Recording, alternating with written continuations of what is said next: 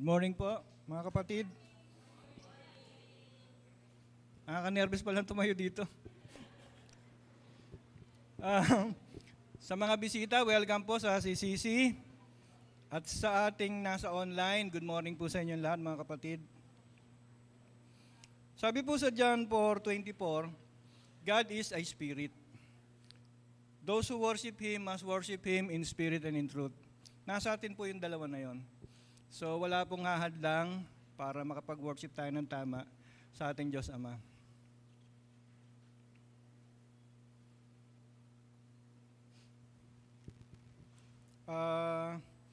Let us all be responsible sa ating pakigbahagi sa pananambahan ngayong umaga. Sandali po tayong mag-take ng pananahimik upang ihanda ating mga puso't isipan sa gawain na ito.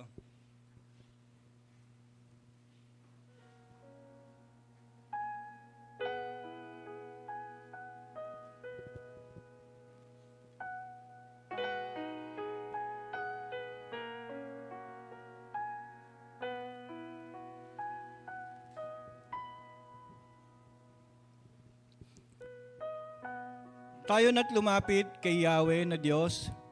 Siya ay awitan, ang batong kublihan. Atin ngang handungan, masayang awitan. Tayo na't lumapit sa kanyang presensya na may pasasalamat. Siya ay purihin ng mga awiting may tuwa at galak.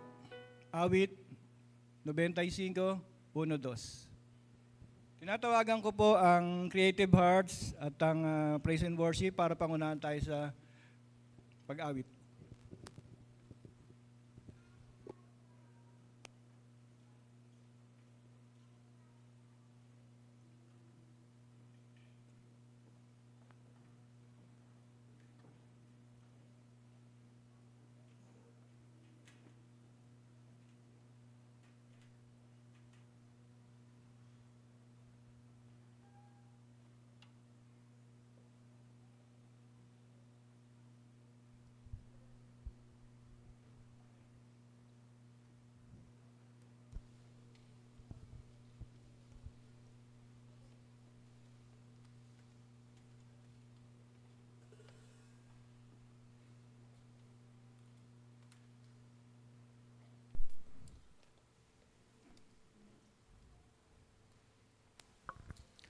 Ayan, magandang umaga po sa ating lahat.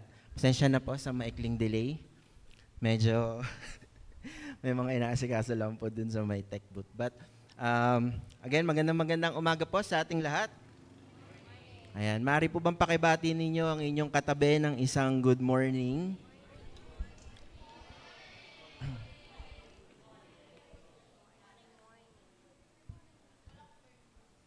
Sa umaga pong ito, tayo po ay sasamba sa Panginoon at ibibigay po natin yung pinakamataas na pagsamba na pwede nating ibigay sa Kanya. And some of you are siguro po bago dito sa aming church or sa mga nanonood po. But again, we are doing this for the glory of God and not for the glory of us. Hindi po namin to ginagawa because we want to perform, but ginagawa po natin to at gagawin po natin to because we want to glorify ang ating Panginoon. Amen po ba? Mari po ba nating palakpakan ng ating Panginoon sa umagang ito? Panginoon, sa umaga pong ito, kami po ay lumalapit sa inyong harapan. Unang-una po sa lahat, Panginoon, patawarin mo kami sa aming mga pagkukulang na nagawa sa inyo upang ang pagsamba na amin pong gagawin ay maging karapat-dapat sa inyong harapan. Maraming salamat, Panginoon, sapagkat ikaw po ang nagagabay at nag-iingat sa amin. We have prayers, Panginoon, na malamang ay wala pa pong kasagutan, pero patuloy po kaming naniniwala at nagtitiwala sa inyong dakilang layunin para sa aming mga buhay. And as we sing, the praise and worship team, the Creative Hearts, the congregation, and the people online who are watching, may we give the best offering na maibibigay po namin sa inyong harapan ngayong umagang ito. Maraming salamat po. Ikaw po ang aming sinasamba at dinadakila ngayong umagang ito at wala nang iba. Hallelujah. Hallelujah. Can we just parang tumahimik saglit and let us enjoy the presence of our God. The Holy Spirit is in us. Pray to the Lord na ibigay natin yung pagsamba na karapat-dapat para sa Kanya. Hallelujah.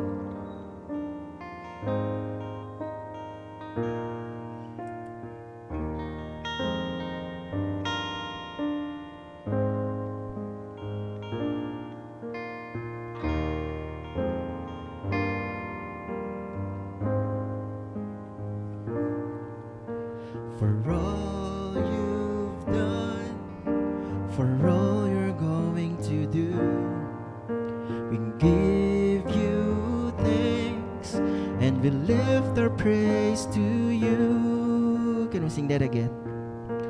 For all you've done, for all you're going to do, we give you thanks and we lift our praise to you.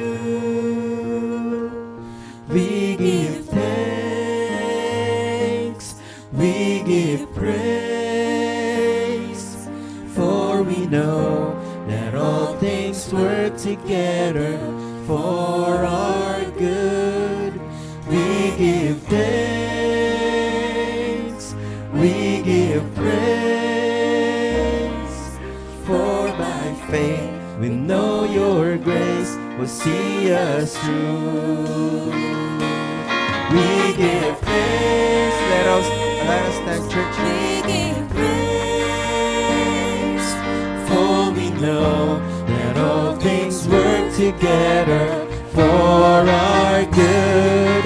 We give thanks, we give praise,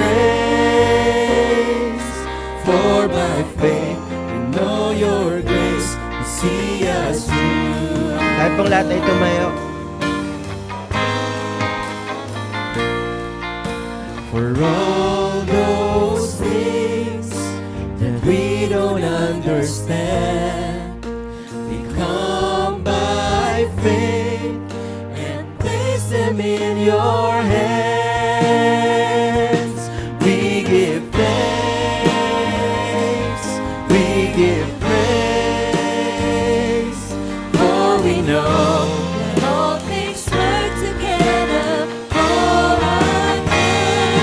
we give thanks, give the praise. We give praise, for by Faith, we know your grace will see us through. We give thanks, we give thanks, we give praise, for we know that all things work together for our good. We give thanks, we give praise, for by faith we know your grace will see us through. Even if we stumble, even if we fall, you will not forsake us. You're the King and Lord of all, Lord of all. We give thanks, we give praise, for we know that all things work together for our good. We give thanks, we give praise, we give praise, for by faith we know your grace will see us through. Come on, church, we give thanks, we give thanks, we give praise, for we know that all things work together for our good. We give thanks, we give praise,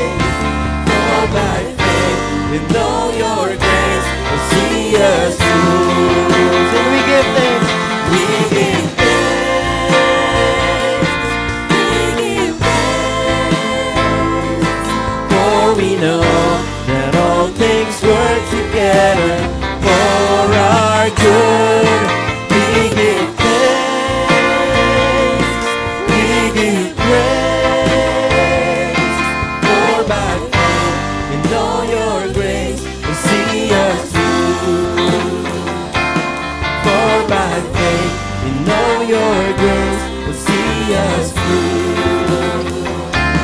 For by faith we know your grace will see us through.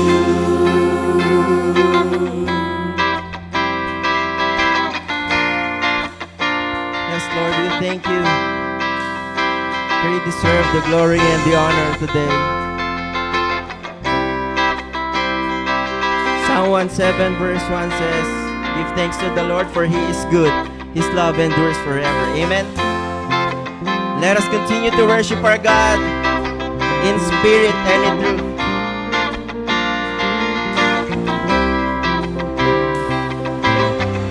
I come before you today, and there's just one thing that I want to say. Thank you, Lord. Thank you, Lord, for all you've given to me, for all the blessings that I cannot see. Thank you, Lord. Thank you, Lord. With a grateful heart. With a grateful heart. With a song of praise. With an outstretched arm, I will bless your name. Thank you, Lord. I just wanna thank you, Lord. I just wanna thank you, Lord. Thank you, Lord. I just wanna thank you, Lord. Thank you, Lord.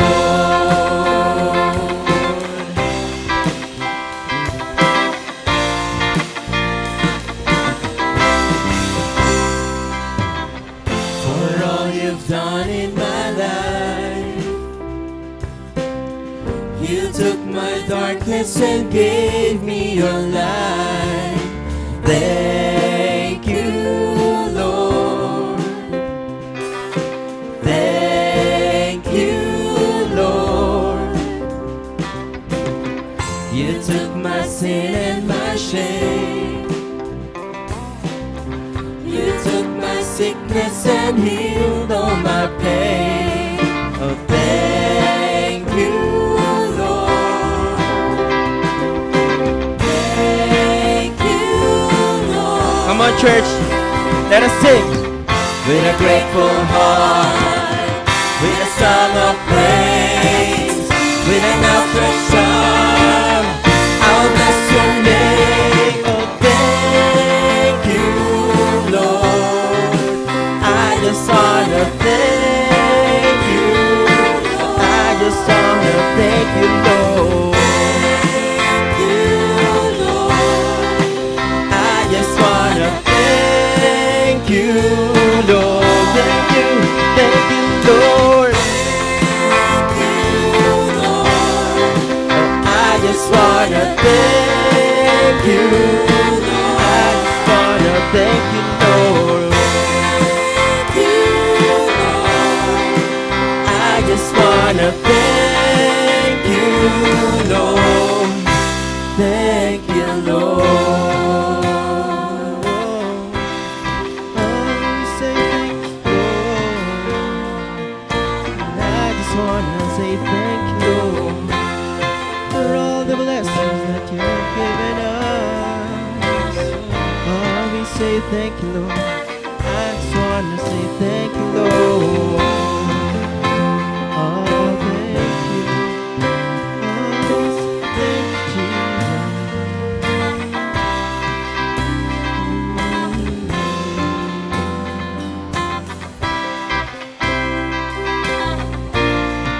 Come on, church, with a grateful heart. With a grateful heart, with a song of praise, with an outstretched arm, I will bless your name. Oh, thank you, Lord. I just wanna thank you. I just wanna thank you, Lord.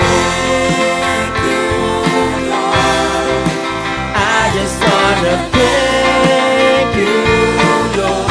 Thank you, Lord. Oh, hear us, Jesus. Thank you, Lord. I just wanna thank you, Lord. Thank you, Lord. I just wanna thank you, Lord. Thank you, Lord. Oh, thank you, Lord. I just wanna thank you, Lord. Let's make it.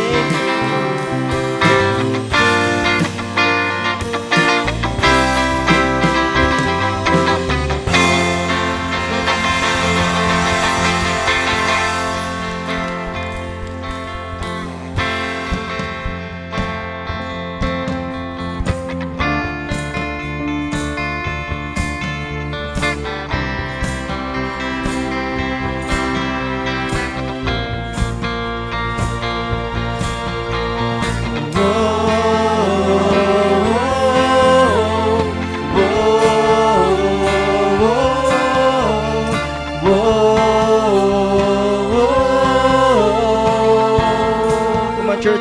Let's make a joyful noise.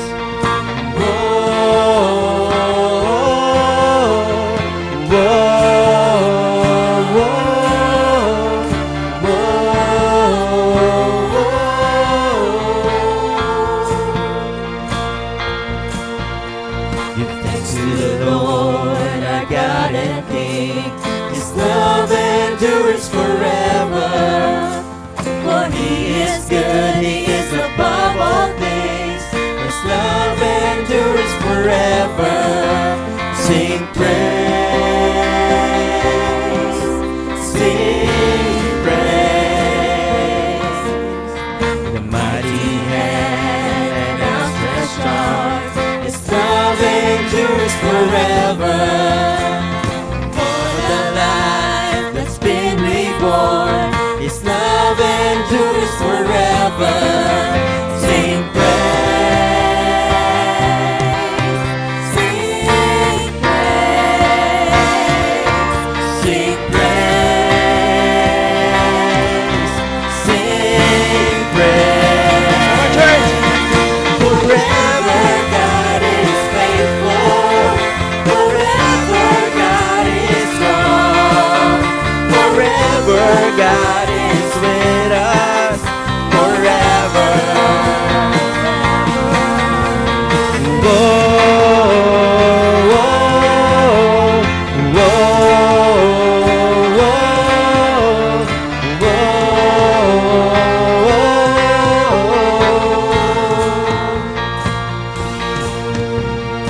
Rising to the setting sun, His love endures forever.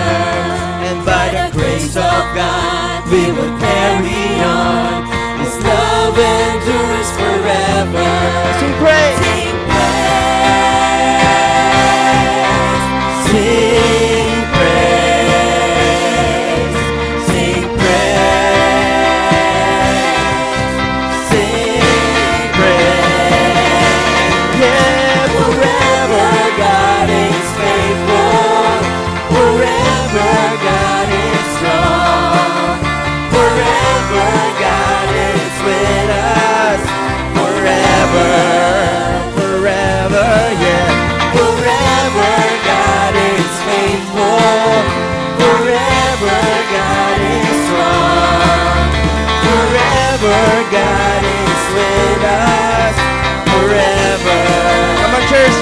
Let's make a joyful noise. Whoa.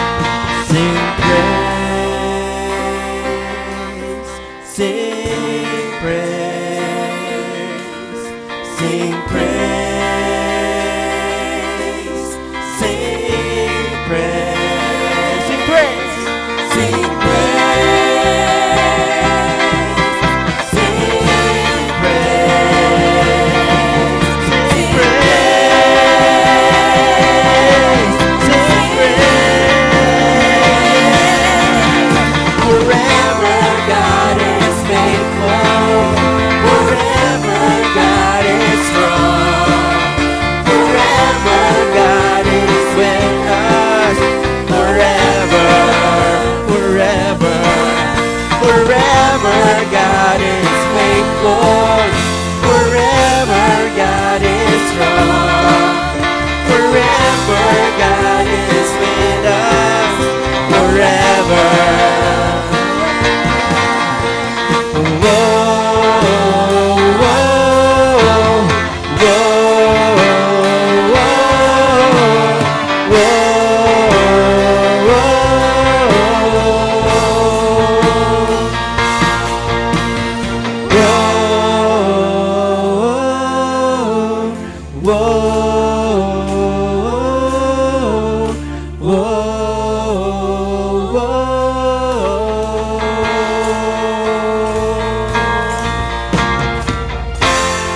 Pinakamalakas na palakpak po para sa ating Diyos. Hallelujah.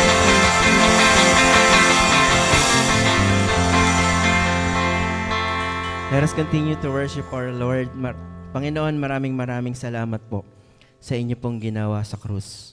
Papasalamat po kami sapagkat binigyan nyo ng katiyakan, Panginoon, yung aming buhay sa pamamagitan ng pinakita nyong pagmamahal, Panginoon, para sa amin. And as we worship you, may we remember, Panginoon, yung kabutihan at mga pagpapala na binigay mo sa amin so that maibigay po namin yung pagsamba, Panginoon, na karapat-dapat lamang po sa inyo. Hallelujah.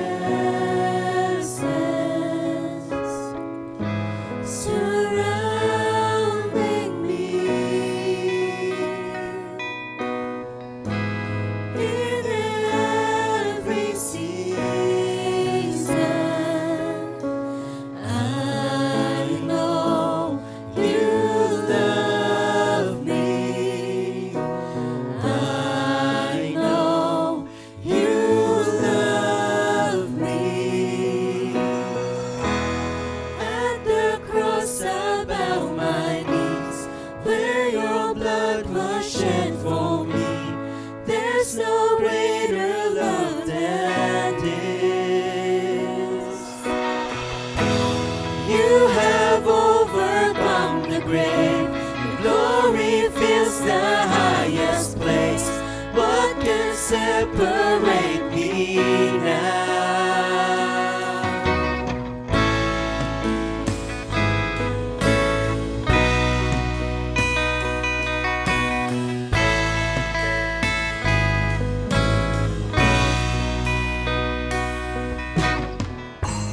You go before me. You shield my way. Your hand upholds me. I know you love me. At the cross I bow my knees, where your blood was shed for me. There's no greater love than this. You have overcome the grave. Glory fills the highest place. What can separate me now? At the cross I bow my knees, where your blood was shed for me.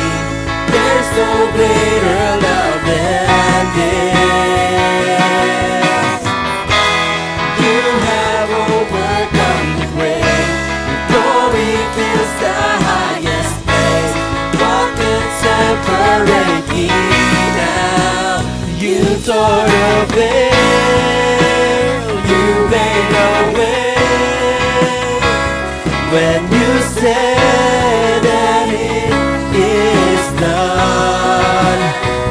tore the veil, you made a way. When you said that it is done.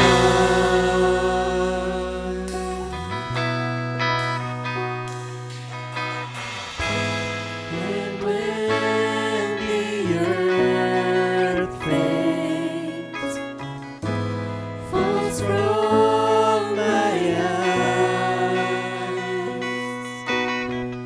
and you stand before me, I know you love me. Oh, I know you love me. At the cross about my knees, where your blood was shed for me, there's no greater love than this. You have overcome the grave, the glory is the highest place. What can separate me now?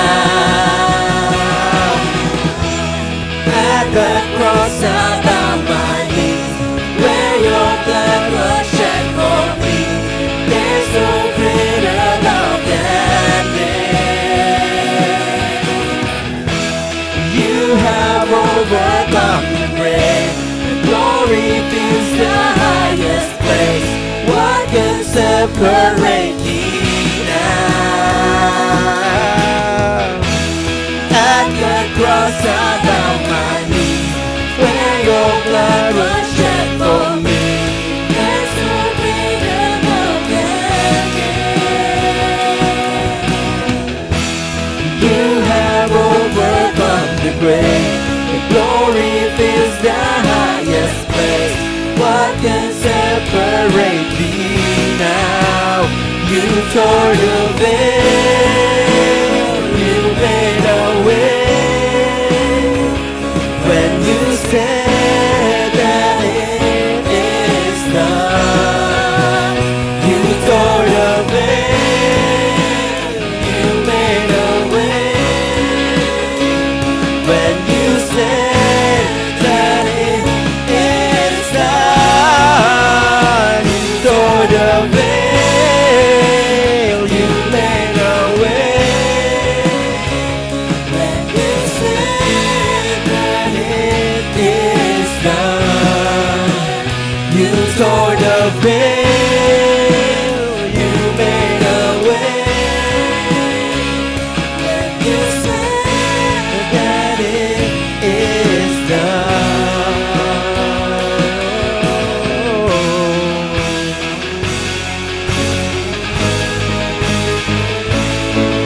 Come on, church.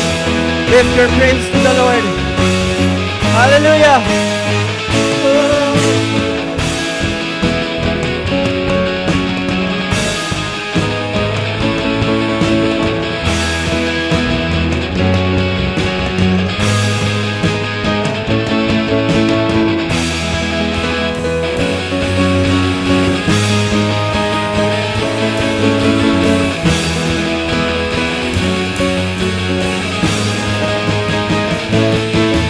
Oh, what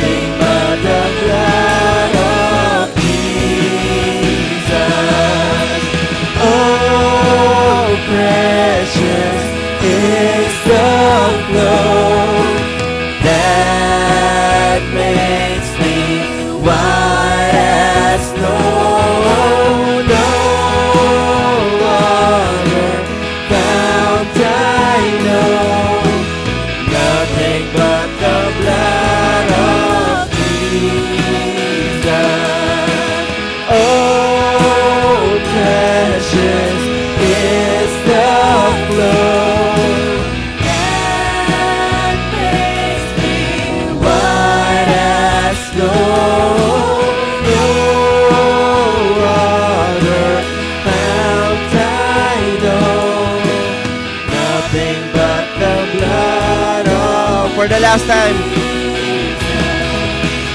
Oh, precious is the flow that makes me white as snow. No other fount I know, nothing but the blood of Jesus. Nothing but the blood of Jesus. Nothing but the blood of Jesus.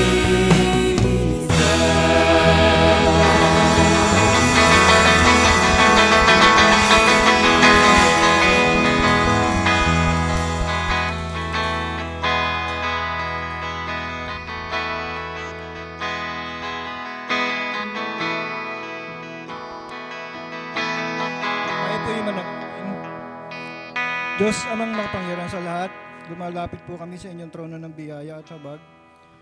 Bigyan mo kami ng karapatan ng kapanambahan sa iyo at buksan mo aming mga puso't isipan. Bigyan ng sapat na pangunawa. Nilisin mo kami sa aming mga karumihan para sa aming pakikibahagi sa umagang ito. Dalangin din namin, Panginoon, ang itatayo mo sa aming harapan. Gabayan mo siya, puspusin na yung banal na Espiritu. Ang lahat na ito hinihiling namin na may pagpapasalamat sa matamis na pangalan ni Jesus. Amen. Hinihiling ko po na buksan natin ang ating mga Biblia, Bible apps sa John 2, verse 13 to 17. Basahin ko po. Malapit na ang Pasko ng mga Hudyo, kaya't pumunta si Jesus sa Jerusalem. Nakita niya sa templo ang mga nagbibili ng mga baka, mga tupa at mga kalapati, at ang mga namamalit ng salapi.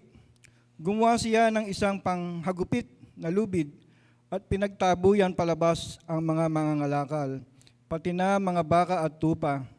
Sinabog niya ang salapi ng mga namamalit at pinagtataob ang kanilang mga hapag. Sinabi niya sa mga nagbibili ng kalapati, "Alsin ninyo rito ang mga iyan, huwag ninyong gawing palengke ang bahay ng aking ama." Naalala ng kanyang mga alagad na sinasabi sa kasulatan, "Ang aking malasakit sa iyong bahay ay parang apoy na nag-aalab sa puso ko." Maupo na po tayo. Nais kong tawagan ang ating tagapagsalita, ang ating kapatid at Maestro Rio Angeles.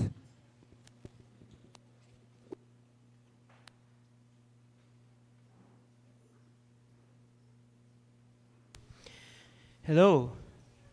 Good morning po sa ating lahat. Akala ko kape to, Kuya Egay. Hindi na joke po ako ni Kuya Egay. Sabi niya kape daw yung dadalhin niya sa akin. Special daw kasi ako eh. Yan, so sa mga hindi po nakakaalam, yan, si Pastor Jojo po ay nasa overseas. He arrived there last Thursday. Yan. At so pasensya na po at ang anak na Angeles po ang nandito. Yan, si Bar Jojo po, Rio Bar Jojo. Yan, Bar meaning son of. Yan. So, yan, there are a lot of people, praise God. May I ask po for some of you to please occupy yung mga seats sa harapan. CH, kung pwedeng bigyan sila ng space, yan, praise and worship. Punta po kayo sa harap kasi mas malakas po boses ko pag nandito sa harap eh. Yan. Hindi naman po ako mangangagat. Busog po ako sa pandesal natin eh. Yan, so in our journey of the gospel, we talked about the Gospel of John for the past few months. No? We talked about the Word who became flesh and dwelt among us. No? We also talked about, just last week, miracles from the man who turned water into wine. Yan. So, I pray na marami pa po tayong matututunan and our hearts are open as we continue to get into studying the book of John, no? One of the main gospels or one of the synoptic gospels, sabi nga nila. So before we start, may I ask everyone to please pray with me. Tayo po yung manalangin. Panginoon, maraming salamat po sa umaga na binigay nyo. We thank you, Lord, for the gift of life and the opportunity to once again give glory sa inyong pangalan. You open up our hearts and our minds as we listen to your word, O Father. Here's your messenger, Lord. Use him. Use me mightily, Lord, as I bring the good news sa congregation na ito. All this we pray in the name of our Lord Jesus Christ. Amen and amen. Yan. I see a lot of new faces. Welcome po sa CCC. Sabi nga po nila, ang tagline namin dati, sa CCC, hindi ka mag-CCC. Yan. So, I pray that we will see more of you and get to know you.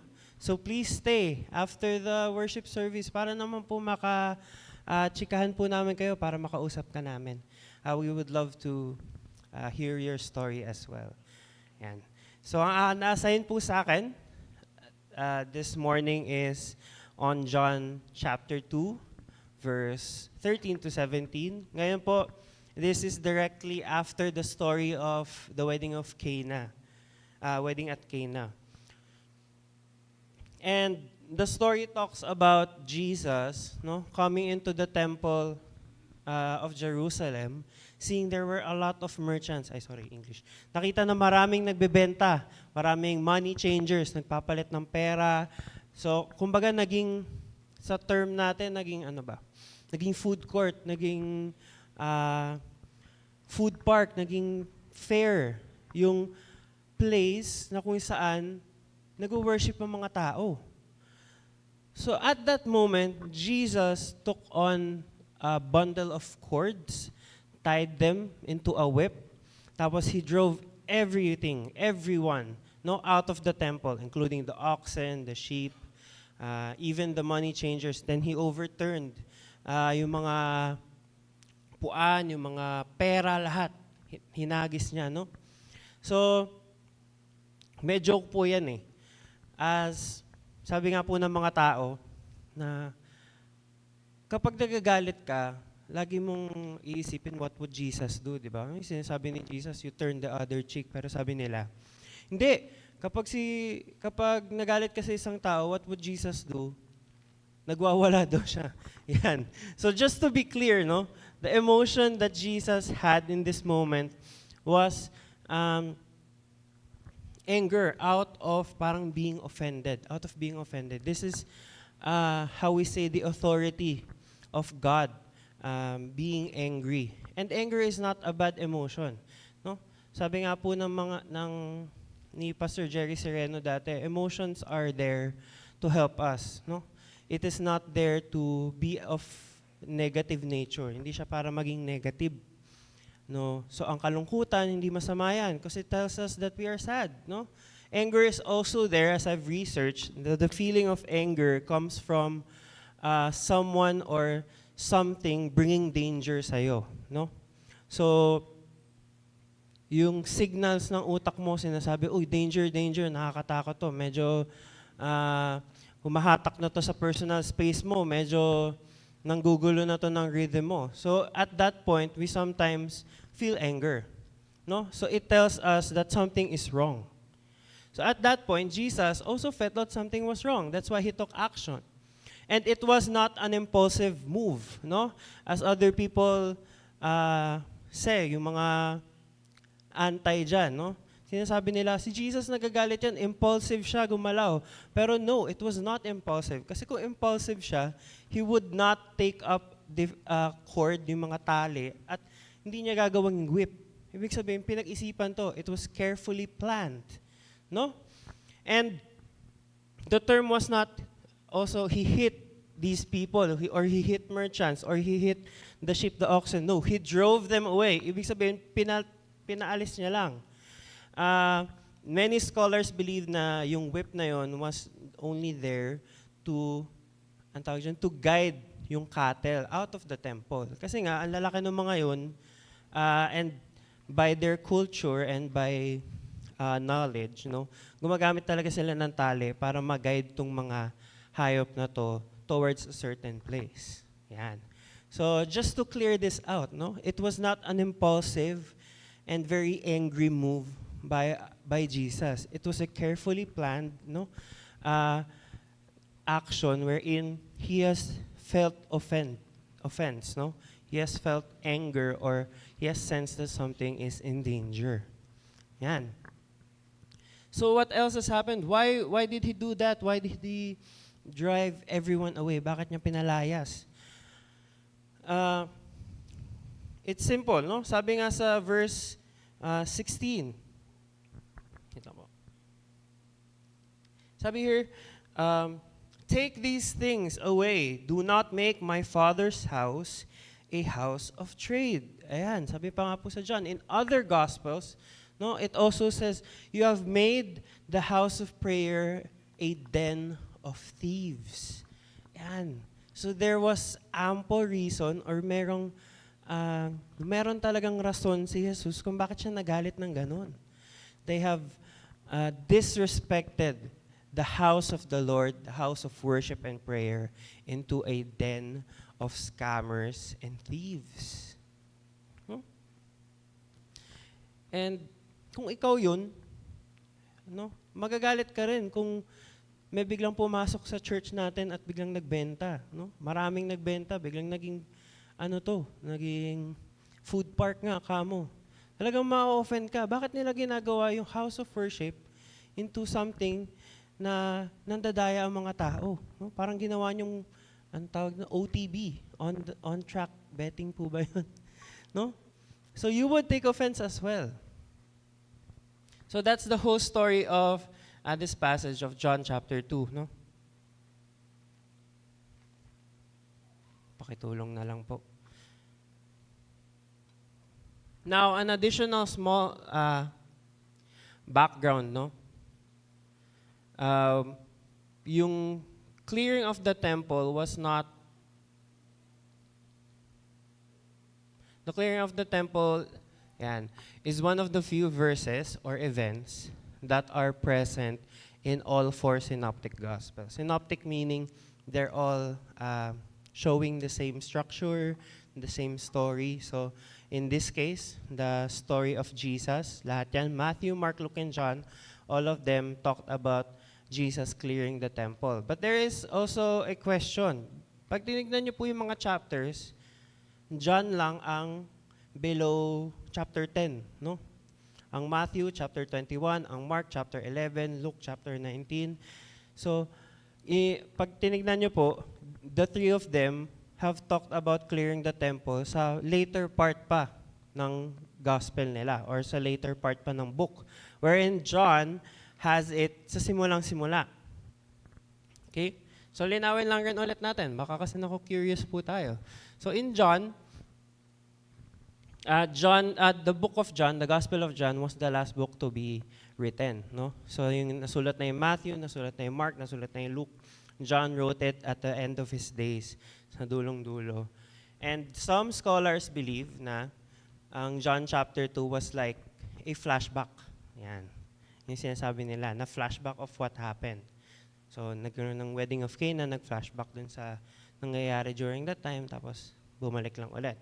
Some believed na dalawang beses siya nangyari. So it was not just a one-time thing. It was a regular thing na every time Jesus came in the temple, nakita niya na maraming market sellers at maraming coin changers, inulit niya. He kept driving them away. So that was another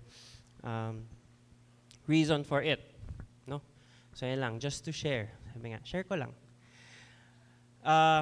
Now, what can we learn from this? Yeah. Number one, the main thing that we can pick up from this is as the new temples of God, we must now carry out its original purpose. Yan. So as said by our Apostle Paul, no, we are now the temple of the Holy Spirit.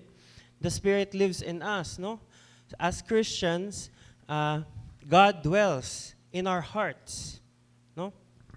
We are now the new temple of God. So ngayon, as Christians, we must now carry out yung original purpose ng temple. So we're not really we're not going to dwell too much dun sa ating passage, no? It helps us also propel sa ngayong panahon natin. So we learn from this, yan, what was the true purpose of the temple of Jerusalem? Now, how does it apply to us? Yan. Since now we are the new temples of God. Tayo na po ang bagong templo. So the main idea is as a new temples, kailangan na natin i-carry out. So paano ba ito? Ano ba ang kailangan po natin gawin?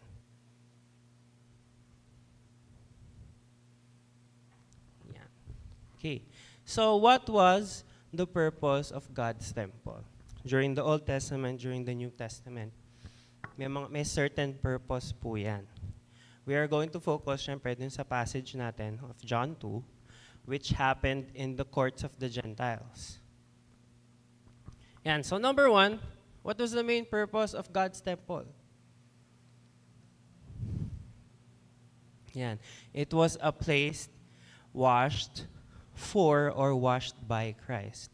So it was washed by Christ, yung temple dati. Now our temple, the body, no, as Christians, it is now washed by Christ. Yan, going back to our passage sa John 2, 15 to 17. Hindi ko na po babasahin yan. Nabasa na po nating Tito Rani. So, during this time, Jesus has cleared out the temple. He has washed away any unrighteousness or any bad thing, no, inside the temple. So, as with the passage, instead of a house of prayer, it became a den of thieves. Yan. So during this time, meron po kasing tinatawag na temple tax. I'm sorry for a lot of information, no? Because we're trying to put you into context of what was happening. No? Kaya po may mga money changers, hindi po yan dahil sa mga turista, yung mga dumarating at gusto nilang magpapalit ng pera. Hindi po siya Lucky Plaza ng Singapore, hindi po siya ang tawag dyan, North Mall natin dito sa Caloocan, kung saan maraming nagpapapalit ng pera. Ako, old school. Lumabas yung edad ko. Yung mga nakakagets, lumabas din yung edad. So, the reason why they were money changers was because there was what we call a temple tax. Whether you were a Gentile or you were a Jew, if you are of age, you are required na magbayad ng tax sa templo. Now, this tax is not just any currency. There was a certain type ng pera na kailangan mong ibayad, which was a coin that was made of almost pure silver. Yan. And they were required. So ang nangyayari dyan, as with all money changers, meron silang percentage sa pagpapapalit. Yan. So for example, ang piso ay ang $1 ay 50 pesos. So kapag nagpa-exchange ka, ang exchange rate ay 50 pesos plus 5 pesos. Parang ganun.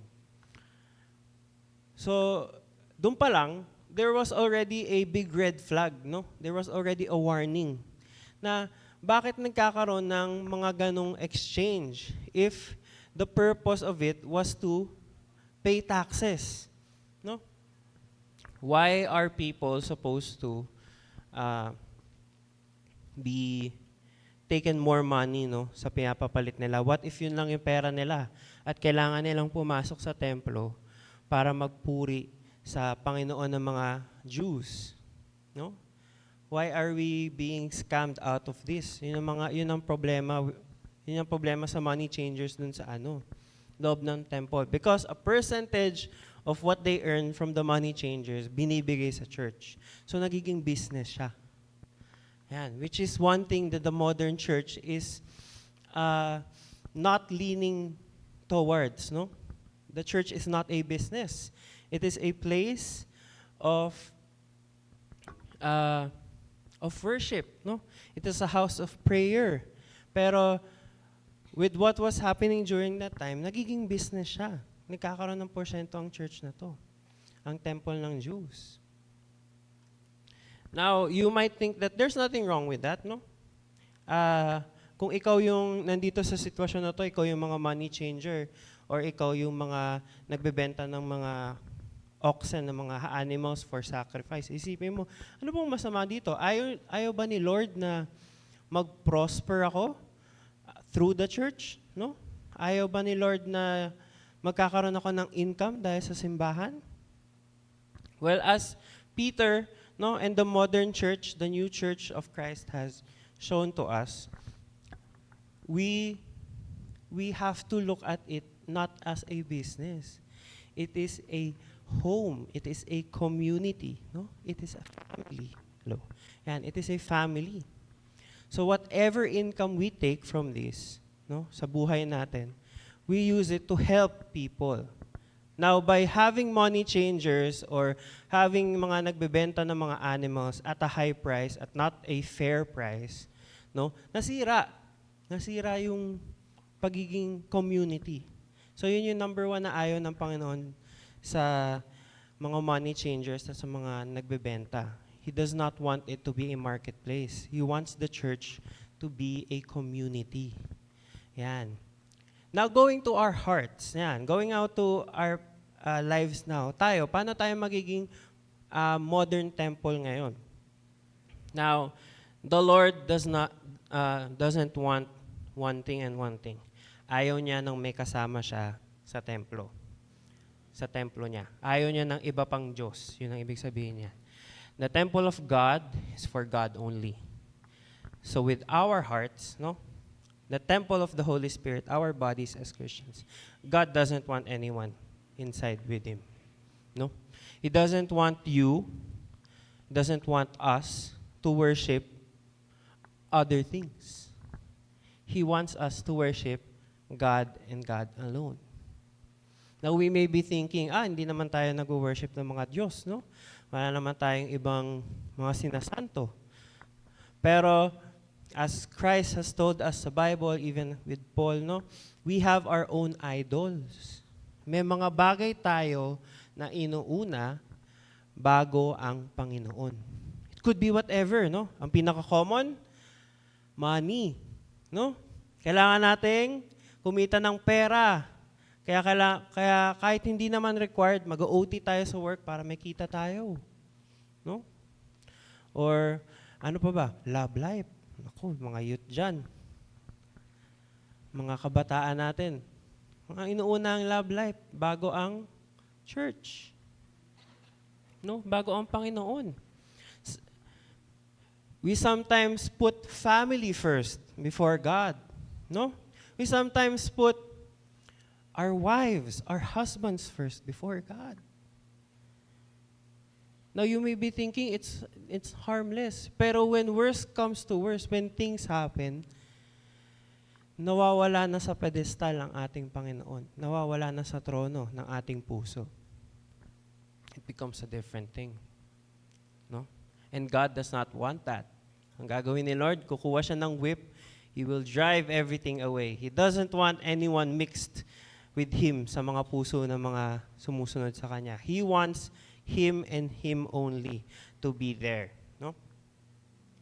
Jesus wants to be the only one in the temple and will clear it from everything, no, that displeases Him. Jesus will clear ang mga puso natin from anything that distracts you from.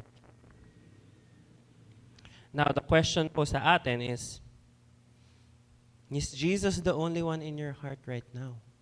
Or are there other people, other things dwelling inside the temple of your body? No? A clear example of this po, as I remember yung isang kwento ni Pastor Jojo before about I think that was the Chapel of St. Mark in London. No? From a very good, very beautiful cathedral, ginawa nilang food court. No?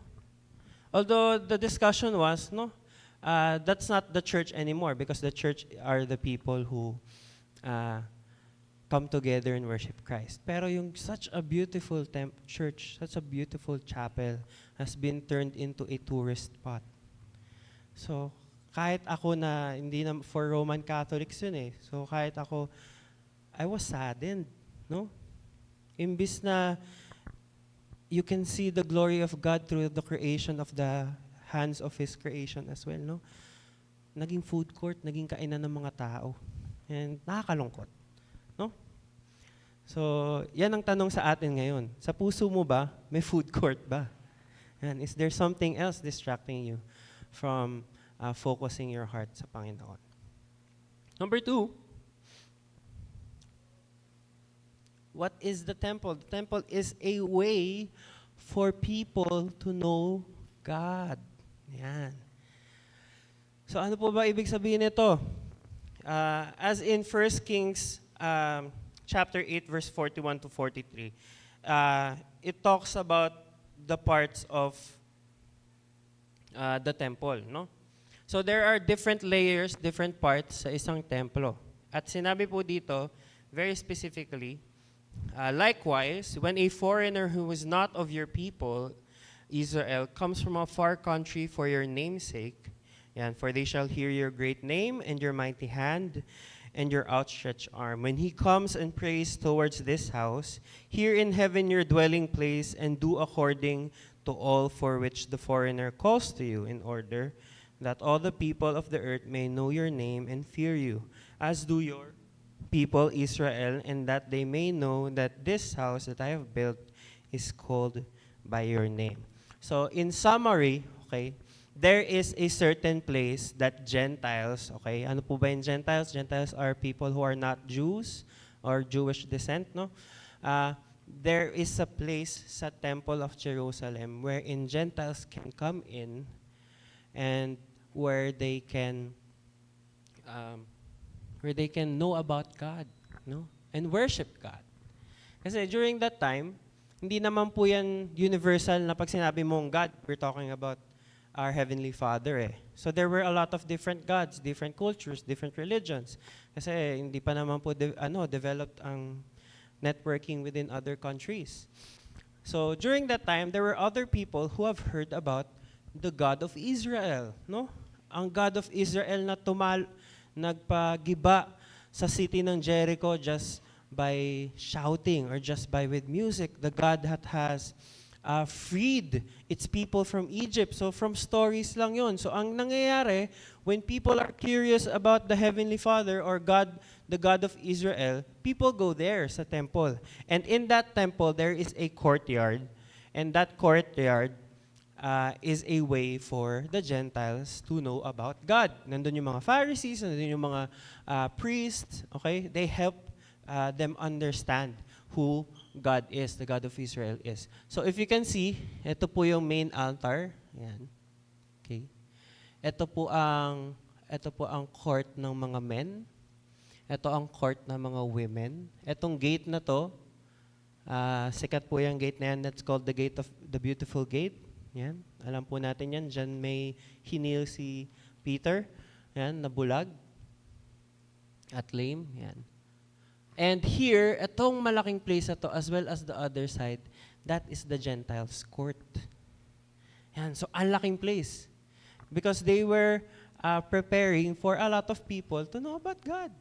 And yung place na yan, that has become the place wherein merchants and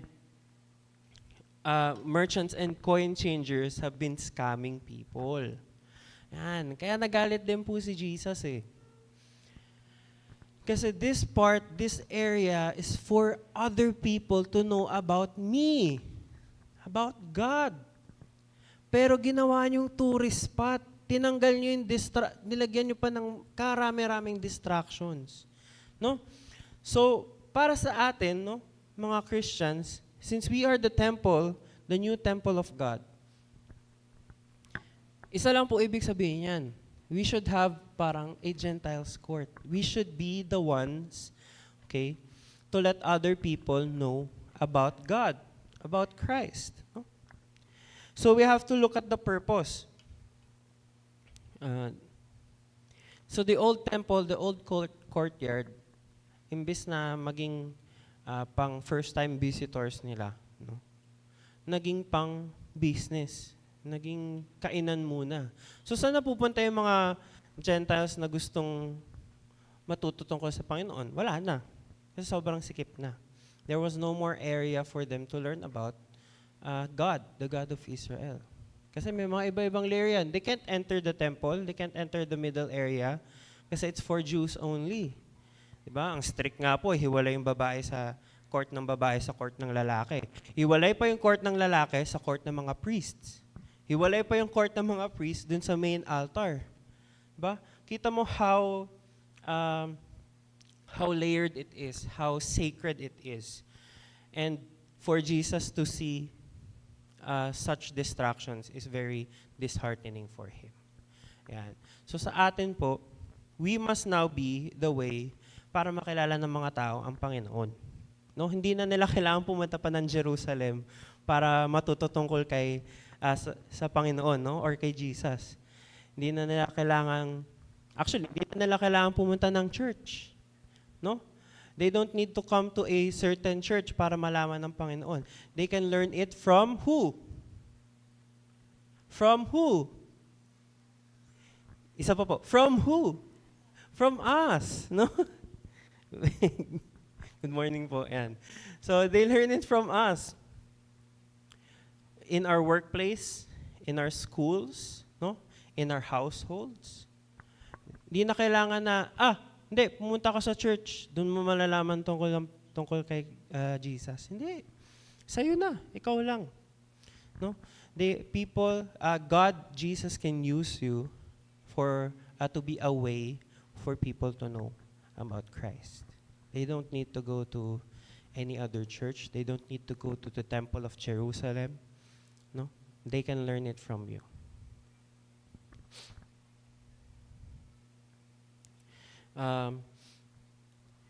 Sabi ko nga po, I've been a teacher na for, gano'ng katagal na ba?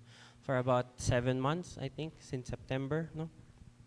And a lot of students there just know that I'm a very nice person. Kumbaga, hindi ako nagagalit, di ako ganun, di ako nananakit ng estudyante. Yan For the record po, di po ako nananakit ng estudyante. But, they also know that I'm a Christian. Kasi po, every time na may program sila, pinapakanta ko, I always sing a worship song. May time kumanta ako ng Kundi Man ng Langit. Siyempre, there was a time I sang We Are the Reason. Yan. So they know about my belief. Now, these kids are very curious children. Grade 5, a lot of them come to me. They just ask questions about the Bible. No? And syempre, I'm happy to oblige kahit na gutom ako. Lunchtime ko na may lalapit, Sir, ganon, Sir Rio, I have question. Ganon, mga konyo po kasi. So, ano po sinasabi sa Bible about this, about that? Yan. Some of them even ask about the LGBT community. Yan. Ano po sinasabi ng Bible? So, I'm happy to teach them and to help them understand. So, hindi na nila kailangan pumunta pa sa kahit kung anong simbahan para matuto. They can learn it from you. No? And I also pray for these kids that their hearts are very open to learning new things. No? I pray that the Lord touches their hearts and the seed of the gospel may be planted sa kanila. And also to your family, to your friends, to your co-workers. No? May they see you as the temple, and may they come to you to learn more about God. Yan. Saya-saya naman sa feeling nun na ginagamit ka ng Panginoon para makilala ng ibang tao si Jesus. No? And lastly, the temple, most importantly, no? The temple is a place of worship. And it is a place wherein people come together and worship the Lord. Now, syempre, malinaw naman po yan. Lalo na po in old times, ang way nila ng worship was not singing and dancing that we see today. No? It was influenced by the Westerners na. Pero their way of worship before, no, other than singing yung mga psalms or reading yung mga psalms, reading the word, they also have animal sacrifices. No? Kaya nga po may mga nagbebenta ng mga hayop dun sa Gentiles courtyard. Kasi they use it na, ito na lang gamitin mo pang sacrifice. Yan, so, depende yan sa pera mo. Kung mayaman na mayaman ka, mag-sacrifice ka ng baka. Yun. Bigyan nyo po ng pang samgyup dapat, pero i-sacrifice mo sa Lord. Yan. You can also sacrifice sheep or lamb. No? Hindi po baboy, kasi bawal po, madumi po ang baboy dati sa Old Testament. So, sheep, lamb. Pag wala kang pera, you can offer up pigeons. Yan. Kasi ang rule lang po sa sacrifice is that it has to be a perfect sacrifice. Hindi pwedeng pilay, hindi pwedeng may defect, kailangan perfect. Yan, para ma-sacrifice ito sa Panginoon. That is why, yun nga, dun sa John chapter 2, nagalit si Jesus kasi nagbebenta sila ng mga ganun. At tinataasan nila yung presyo. Kung pwede kang bumili ng baka ng 20 silver pieces, binibenta nila ng 30. Yung 5 nun mapupunta sa church, yung 5 sa temple, yung 5 nun mapupunta sa kanila. So yun nga, ayaw niya nagiging business. So the main point of the temple is for worship. Yan. Among worship, yun nga, hymn singing, sacrifice. So paano po tayo ngayon? As the new temple of the Holy Spirit, as the new temple of God, how can we be a place of worship? It's clear sa Romans 12, chapter 1 to 2, I appeal to you, therefore, brothers, by the mercies of God, to present your bodies as a living sacrifice. Yan. Holy and pleasing to Him. So, yan. As the new temple, we must be the living sacrifices. No? Since Jesus has been the best, the perfect sacrifice, no? Once for all, we must now also be sacrifices. No? Ibig sabihin po ba nan, tatalon tayo sa apoy para maging sacrifice sa Panginoon? Hindi po. Ayan. We are now living sacrifices. What does living sacrifice mean? Living sacrifice means na all your actions, your body, your mind, your spirit, no? And emotions are all there for the Lord. Yan. Ibibigay mo sa Panginoon. Everything you do, everything you think of, everything you feel, is offered sa Panginoon. Yan po ang ibig sabihin ng living sacrifice. We have to live every day as a worship sa ating Panginoon. So, worship is not just every Sunday dito sa CCC. Worship is every day, every second, every time we breathe is for the Lord. Yan. Kasi saan po galing ang ating hininga sa Panginoon? No? Among that, yung salvation natin. No? The mercy of the Lord, the love of our Heavenly Father, the sacrifice of Jesus Christ na binigay sa atin. So it is, kulang pa nga po pero yung buhay natin na ibibigay natin sa Panginoon, that is how we must worship the Lord. Ayan. Hindi lang po siya once a week. It is every day. Every day we must sacrifice ourselves in following the Lord in obedience, because that is what a living sacrifice means. No? We must live a life of worship. With it comes living a life that is consecrated. So what does consecrated mean? It is set apart po. We must live a life that is set apart from the worldly. No? Siyempre po, the world as we know it is moving, no? Sa totoo lang, nawawala na siya sa dating panahon, no? Ng mga 1950s onwards na everything is based off of religion, no? Kaya po, in a way, yung morals dati on how we live, kung yung pagiging magalang, yung pagsunod sa batas trapiko, most of them were based off of the law of the Bible, no? Based off of religion. Pero since now, a lot of millennials, a lot of Gen Zs and Gen Alphas are not Bible-believing people anymore, no? The momentum, the moral has shifted. Yan po ang katotohanan. So mga tito-tita, mga nanay at tatay, we have to be careful. Because the world is changing. The world is not based off of religion anymore. The world is based off of what people feel, what people think they are, what social media tells them what they are. So we have to be aware of this. No? We have to be careful. And with that, we must be consecrated. So we must follow the word of the Lord fully. Yeah. No? We are in the world, but not of the world. We are living among the people who does not know Christ, pero we are not living the same as them. For we are living, letter S, living. Isa pa po, we are living sacrifices. Isa pa po, we are living sacrifices. No? We are in the world, but we are not of the world. Because we live for Christ, as the world lives for themselves. We must continue on. No? So, recap po sa ating 3 ways. No?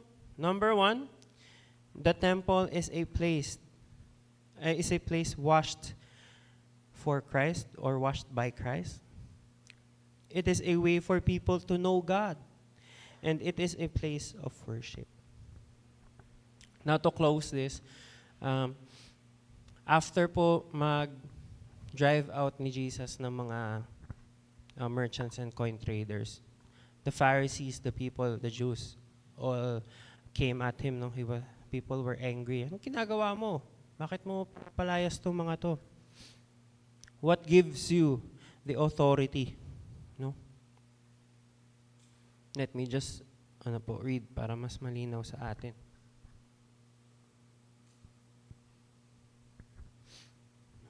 Okay. So the Jews said to him, "What sign do you show us for doing these things?" Jesus answered them, "Destroy this temple, and in 3 days I will raise it up." The Jews then said, "It has taken 46 years to build this temple, and will you raise it up in 3 days?" But he was speaking about the temple of his body. When therefore he was raised from the dead, his disciples remembered that he had said this, and they believed the scripture and the word that Jesus had spoken. So, people think na, the temple of Jerusalem was built in 46 years. No? It was standing strong. Hindi siya totally nawala. It was just nasira, pero it was added on. It was added on, and it was added on. If you look at the history of the temple, no, bawat king na dumaan, King Herod, King David, they all added part to fortify this structure. And Jesus just said, "Destroy this, no, and I will raise it up." So makikita mo rin yung power ni Lord. Makikita mo yung authority ni Jesus. He can do all these things. And now, talking about His body, no? As we know na indestructible nga ang temple, is also talking about His body. Na the body of Christ will never be destroyed. Even if it is destroyed, in 3 days, it will be raised up again. So it just as it was prophesied, it happened. Jesus died, no, once for all, for the sins of many, but after 3 days He rose again. No? He was not dead, and He lives on, no, until He returns. But as for now, He dwells sa temple, the new covenant or the new temple, which is ang ating mga puso. So may we continue to be the temple of Jesus, no? A shining beacon of who the Lord is. May this message be applied sa ating mga puso at ating mga isipan. Shall we pray? Panginoon, maraming salamat po for the message that you have given us. We pray that we will be a clean temple, which is only for you. May this be where our lives be a way for people to know more about you, to see your glory, O Father. Use us mightily, Lord, as your missionaries, the people you have sent, so that the gospel may reach Caloocan, Manila, and to the ends of the world. We love you, Lord, and we thank you. We give you back all the praises and all the glory. In Jesus' name, amen and amen. God bless us all.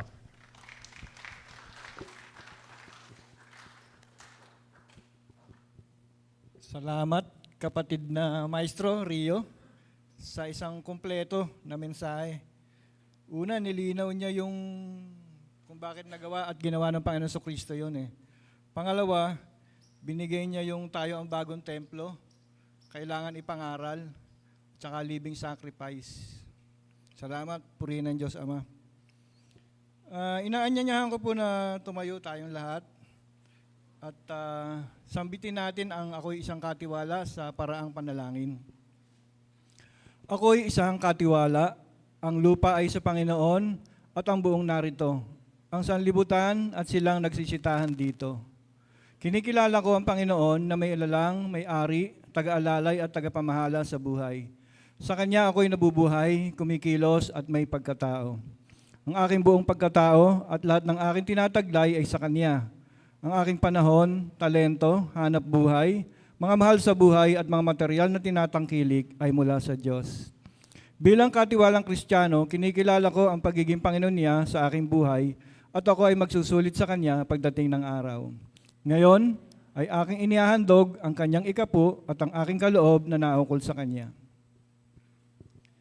Meron po tayo sa harap na box para maihulog natin ang ating mga offering and tithes. Meron din po tayong true bank deposits sa Philtrust at nandiyan po yung account number sa ating screen.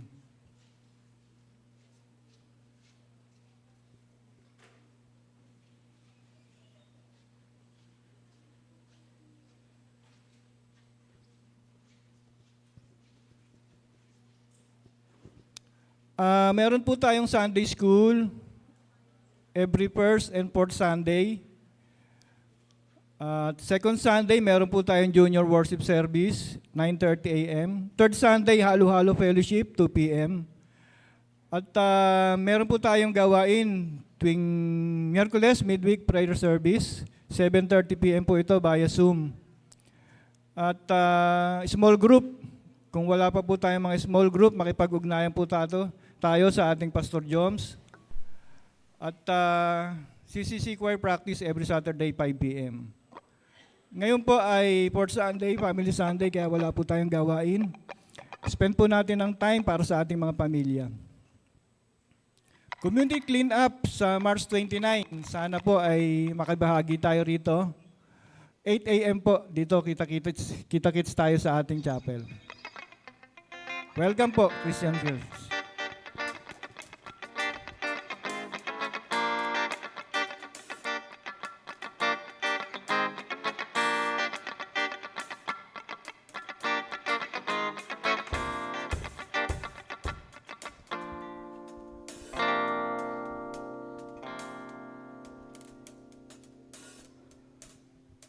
Sige po, tayo pong lahat ay tumayo. And I'm not sure if meron po tayong mga first-time visitors at the moment. Wala po ba? Sige po, tayo pong lahat ay tumayo and kamayan po natin yung ang bawat isa. Sige po, habang inaawit pa ang welcome song. We'll welcome you, brother, in the name of the Lord. We'll welcome you, sister, in the name of the Lord. This place is much better because you came and we love you in Jesus' name. We'll welcome you, brother, in the name of the Lord. We'll welcome you, sister, in the name of the Lord. This place is much better because you came and we love you in Jesus' name.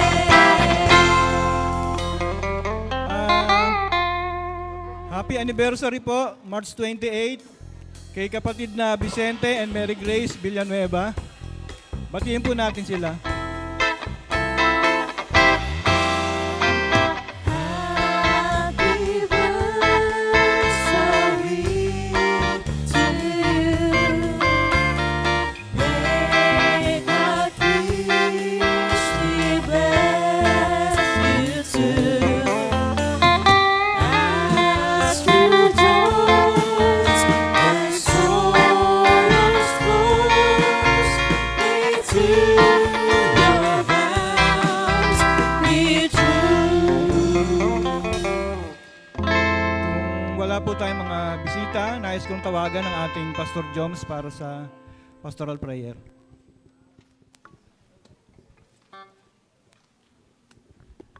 Thank you, Kuya Renny. Praise God po ngayong umaga. Palakpakan naman po natin ng Panginoon. Praise God. This is a blessed Sunday for us. Reminder lang po ulit, Family Sunday po ngayon. Parents and children, young people, stick with your family, bond with them, enjoy niyo po yung moment natin ngayon. Tapos sa Saturday, 29, 8 a.m. po, no, Community Sunday po natin. Saturday po yon. Pwede po kayo magdala ng sarili niyong mga armas, daspan, at saka walis, or yung garbage bag, pwede po. Pero kung wala po, meron po tayo dito. Po-provide po ng simbahan natin yon. So, punta po tayo ng maaga. At muli, tulungan natin yung community natin maging malinis. No? Meron pa bang reminders? Wala na. Okay, praise God po sa ating mensahe ngayong umaga. Napakalinaw at napakasimple. Ganun naman po ang salita ng Lord, straightforward. Gusto ko lang din po i-share yung reflection ko dahil ang ganda nung ginawa ng Panginoong Hesus. Naintindihan natin na valid anger yung ginawa niya kasi it's the temple of God, the house of His Father, yung kanyang nililinis, no? At ako mismo ay in-impress sa akin ng Lord, salita ng Lord, na kung ano ang mahalaga sa Diyos, pahalagahan natin. Malinaw naman na may dalawang role yung nasa mensahe. Yung pinakita doon, yung temple, yung literal na temple. Pero ang gusto ng Lord ngayon sa modernong panahon natin bilang mga tagasunod ng Panginoong Hesus is yung spiritual temple. Ikaw mismo yung temple, no? At kung mahalaga sa Kanya ang pagsamba, dapat sa atin mahalaga din. Kung mahalaga sa Kanya ang kalinisan ng ating buhay, dapat sa atin ay mahalaga din na tayo ay araw-araw na nagpapalinis ng ating buhay sa Diyos. Dahil tayo yung templo niya. At isa rin na mahalaga na in-emphasize sa message is we are the way that the people know God. Tayo yon, yung ginagamit niya. Maaaring pumunta sila dito o hindi, pero sa araw-araw na pakikisalamuha natin sa tao, yun din yung araw-araw na pagkakataon na makilala ng tao ang Diyos sa pamamagitan ng ating buhay. Napakagandang paalala sa atin dahil tamang-tama yung sinabi doon sa mensahe, napakadaming distraction, napakadaming gumugulo sa ating isipan at umaagaw ng ating role. Nalilimutan natin yung ating tungkulin at yung ating mission. No? At ito ay isang pagpapalakas ng ating pananampalataya. Kanina umaga, nag-pray ako, Lord, sana po mabusog ako ngayong umaga sa inyong salita. Ipaalala niyo po sa akin yung kahinaan ko. At truly, God answered my prayer. Nakita ko yung kahinaan ko. At ako rin ay nabusog espiritual. Salamat, Panginoon, sa mensaheng ito. Tayo po ay tumayo. At tayo po ay manalangin na ma-apply natin yung mensaheng ito. Very straightforward ang binigay ng salita ng Lord. Ang Panginoong Hesus mismo ang nag-demonstrate kung ano ang mahalaga sa kanyang Ama. Tayo ay manalangin. Father God, salamat po sa inyong napakabuti biyaya na ibinigay sa amin ngayong umaga. Salamat din po, Panginoon, sa pagpapaalala, sa hamon na ibinigay niyo sa amin. Kung ano ang mahalaga sa inyo, siya din dapat mahalaga sa aming mga buhay. Nilinaw mo sa amin, Lord, na kami ang iyong templo. Mahalaga po ang bahay-sambahan ito, pero mas mahalaga sa inyo kung paano kami mamuhay. Dahil, Lord, sa aming pamumuhay, kayo ay naluluwalhati. Sa aming mga gawa, kayo ay nakikilala. Sa aming mga salita, kayo ay naririnig ng aming mga kapwa. Salamat dahil nilinis mo kami for Christ and by Christ. Salamat, Lord, kami ang ginagamit mong pamamaraan. Kami ang way para makilala ng tao ang pangalan mo. Ginamit mo rin kami, Panginoon, para maipakita kung ano ang tunay na pagsamba sa aming pamumuhay, Lord. Thank you dahil meron kaming isang bahay-sambahan. Tulungan mo kami na alagaan ito, linisin ito, at gawin ang mga bagay na nararapat para dito nang sa ganun ikaw ay maluwalhati. Higit doon, Lord, tulungan mo kami na mamuhay ng may pagsamba sa inyo. Araw-araw ng aming buhay, Lord, ay pagsamba. Paalala mo sa amin, ituro mo sa amin, Ipadinig mo sa amin mula sa inyong salita at Espiritu Santo na kami ay binigyan ng buhay para sumamba. Hindi para lang mabuhay sa aming mga sarili, sa aming mga trabaho, sa aming pamilya, kundi higit sa lahat para sa iyo at para sa iyong kaluwalhatian lamang. Panginoon, inilalapit namin sa inyo ang aming mga tagapaglingkod, simula sa aming mga pastor, sa aming mga elders at mga deacons, small group leaders, mga ministry leaders, Lord. Nilalapit namin sa inyo lahat ng ito, ang mga taong nangunguna sa amin na nagdilingkod, Lord. Kayo po ang gumabay sa bawat isa, anuman po ang aming role, tulungan nyo kami na maipakita ang aming pagsamba ng tama. Basbasan nyo po, Panginoon, ang aming mga tagapangaral, ang aming senior pastor na nasa UAE right now, na ginagawa, Lord, ang inyong utos, na nagmimisyon doon para tulungan ang mga kapatid din namin naglilingkod doon sa ibang ibayo. Ingatan niyo po siya, bigyan siya ng kalakasan, ng kapahingahan, at the same time, kalinawan ng boses, Lord. Alagaan niyo po ang kanyang boses at ang kanyang kalusugan, maging ang kanyang pamilya na naiwan dito, Lord. Basbasan niyo po ang aming Pastor Jojo mula sa kanyang pagtuturo hanggang sa kanyang pag-uwi dito, Lord. Iuwi niyo po siya sa amin ng ligtas at nawa siya ay maging masaya sa kanyang paglilingkod sa inyo doon. Maging ang aming mga kapatid doon, Lord, ay matuto at magalak sa inyong mga salita. Ang aming mahal na Kafirma family, sa kanilang pagmimisyon, Lord, they are inspiration for us. Hindi lang po sila ang missionary doon, kundi kami ditong lahat. Basbasan niyo po ang kanilang pamilya at ingatan kung nasan man sila ngayon at lahat ng makakasalamuhan nila ay makita ang pagsamba nila para sa inyong kaluwalhatian. Ang Pastor Leo, maging ang kanyang family, Lord, basbasan niyo po, pati ang kanyang pagpunta sa kanyang nanay sa ibang ibayo, Lord. Pag-ingatan niyo po siya. Alagaan niyo po siya, maging ang kanyang nanay doon, bigyan ng kalakasan at ma-enjoy yung kanilang bonding and fellowship, maging ang kanilang buong pamilya. Basbasan niyo po, Lord, ang iba pa namin mga pastor, ang inyong lingkod, ang Ande Leon family, Lord, ang Pastor Rudy Floresta family, ang kanyang gawain, Panginoon. Maging ang aming mga tagapagturo, Lord. Salamat din po sa buhay ng aming Maestro Rio dahil kayo po ang gumagamit sa kanya para din kami ay mapalakas. Ang mga aspiring pastors namin na nag-aaral right now, ang Brother Wally at ang iba pa na may desire, Lord, pagpalain niyo po. Lahat pa ng mga kapatid namin na nagtuturo ng salita ng Lord na hindi namin nakikita dito sa simbahan na nagtuturo, pero sa iba nagtuturo, Lord, pagpalain niyo po sila. Alam niyo po ang kanilang mga pangalan at ang kanilang mga misyon. O Lord, nilalapit namin sila sa inyo. Ang mga gawain pa namin sa kaloob ng Caloocan Christian Church, ang youth ministry, ang Sunday school ministry, ang Creative Hearts, ang Praise and Worship, ang multimedia ministry, Lord, and every ministry sa loob ng simbahan na ito, hindi man namin masabi, Panginoon, Lord, inaalay namin sa inyo ito. At nawa, pagsamba, gospel, at Kristo Jesus ang makita sa bawat ministry na ito. Hindi po ang aming mga sarili, hindi ang aming mga pangalan. Salamat din po, Lord, dahil maraming pamilya ang nasa loob ng simbahan na ito. Inilalapit namin sila sa inyo. Patatagin niyo po, Lord, ang bawat pamilya sa loob ng CCC. Mahalaga po sa inyo ang pamilya at ang inyong pangalan sa loob ng pamilyang ito. Patibayan niyo ang leadership ng mga ama, ang pagmamahal ng mga wife sa kanilang mga husband, Lord, ang pagmamahal ng mga magulang sa kanilang mga anak at ang paggalang ng mga anak sa kanilang mga magulang, Lord. Patibayan po ninyo.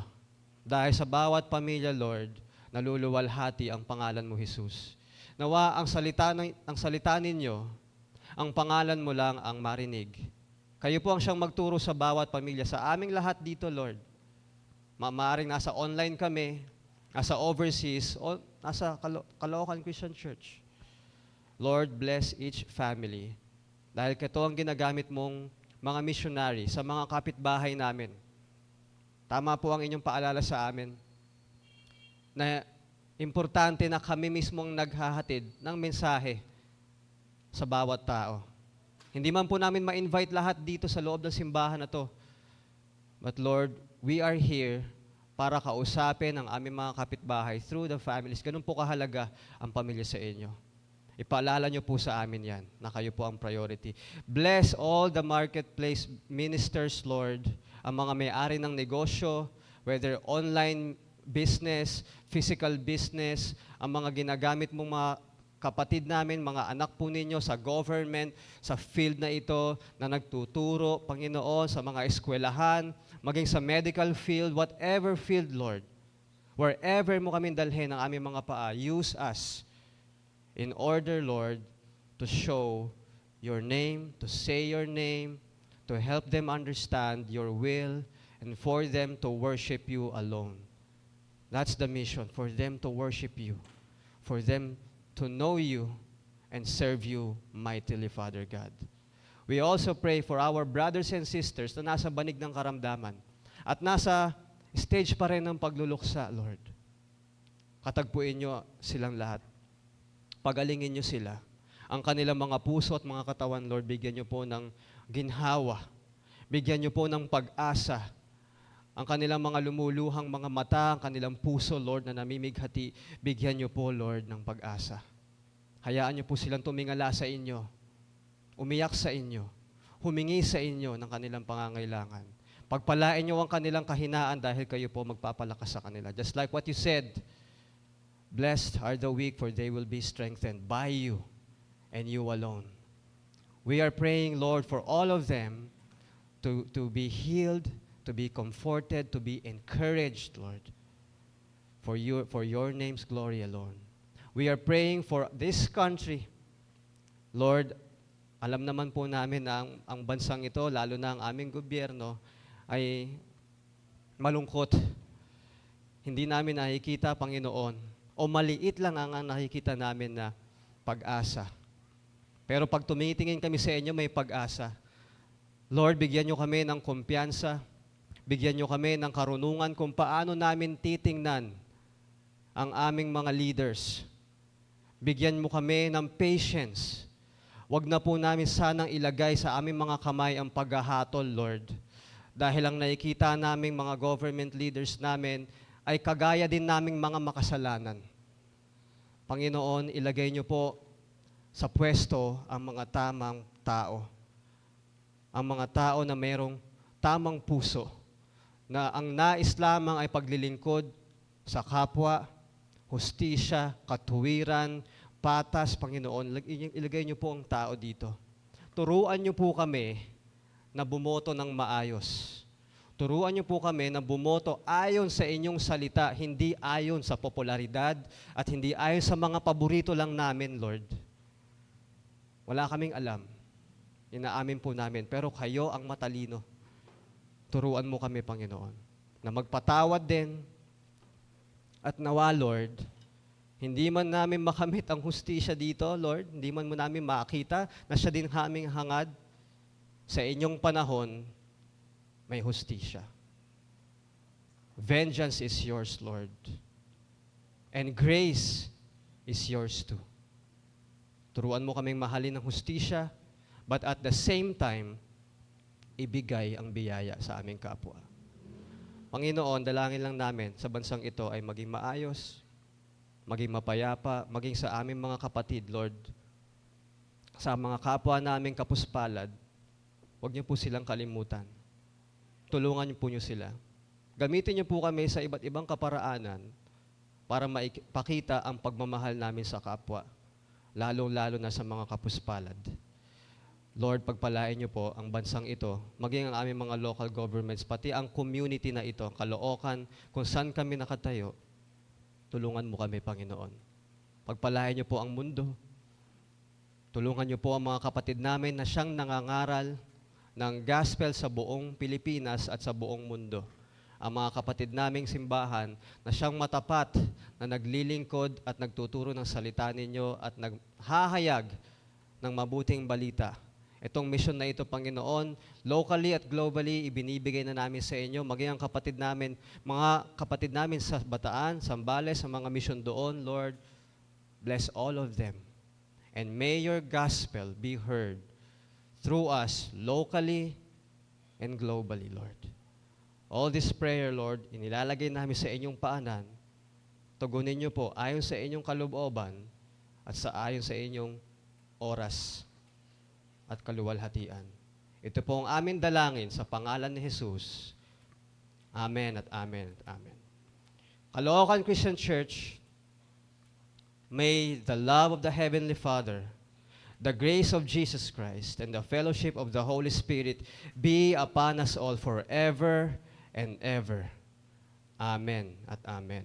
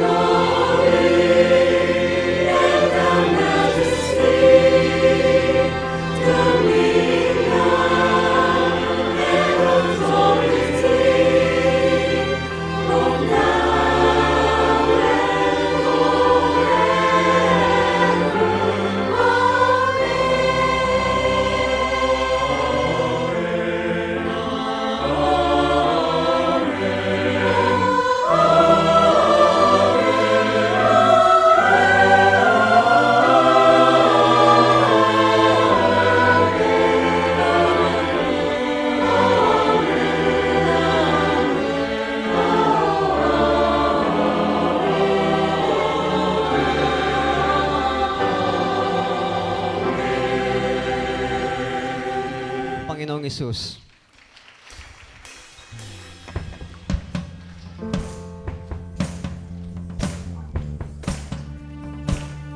Tayo po muli ay umawit sa ating Panginoon.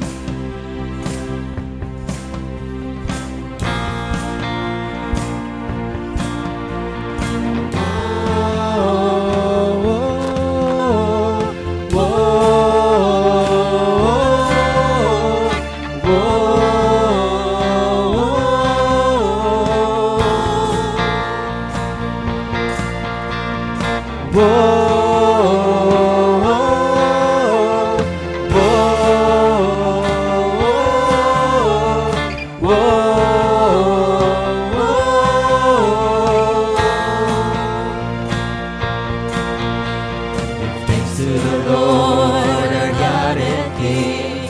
His love endures forever. For He is good, He is above all things. His love endures forever.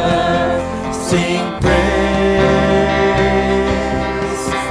sing praise. He had an outstretched arms. His love endures forever. For the life that's been reborn, His love endures forever.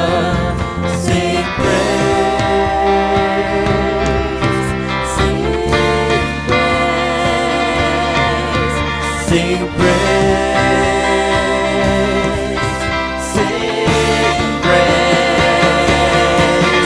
Forever God is faithful, forever God is strong, forever God is with us, forever. Whoa, whoa, whoa, whoa.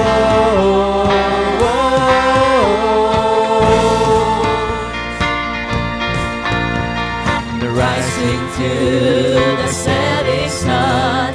His love endures forever, and by the grace of God we will carry on. His love endures forever. Sing praise, sing praise, sing praise, sing.